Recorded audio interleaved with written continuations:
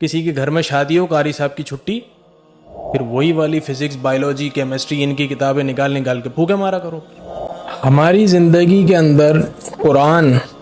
کتنا امپورٹنٹ ہے، اس کا اندازہ اس بات سے لگایا جا سکتا ہے کہ بچوں کے جب دنیاوی ایگزامز ہوتے ہیں نا، تو قاری صاحب جو سپارہ پڑھانے کے لیے آ رہے ہوتے ہیں نا، یا جس مدرسے میں آپ کے بچے سپارہ پڑھنے کے لیے جا رہے ہوتے ہیں نا، سب سے پہلے اس کی چھٹی کرائی جاتی ہے کہ میرے بچے کے ایگزام ہے،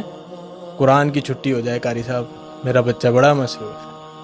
تو اگر آپ کی زندگی کے اندر دنیاوی تعلیم پرائیورٹی، میں یہ نہیں کہہ رہا کہ وہ ضروری نہیں، لیکن پرائیورٹی کیا ہے کہ قرآن چھوڑ دیا دنیاوی تعلیم کے لیے آپ نے، تو پھر جنازوں میں بھی اسی کتابوں کو پڑھا کریں، قرآن نہیں اٹھایا کریں پھر آپ۔ اس وقت تو آپ کو صرف قرآن یاد آتا ہے اور دعائیں یاد آتی ہیں، قرآنی جو ہے وہ آپ کو حدیثیں یاد آتی ہیں۔ جب دنیا کے اندر آپ نے پرائیورٹی قرآن کو نہیں رکھا، کسی بھی صورت کے اندر سب سے پہلے اگنور ماریں گے، کسی کے گھر میں شادی ہو، قاری صاحب کی چھٹی، ایگزام ہو، قاری صاحب کی چھٹی، خوشی کا موقع ہو، قاری صاحب کی چھٹی،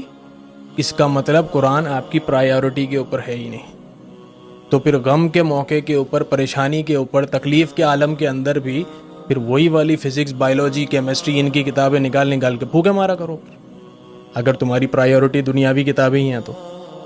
قرآن پرائیورٹی پہ ہونا چاہیے، فرسٹ پرائیورٹی پہ قرآن ہونا چاہیے۔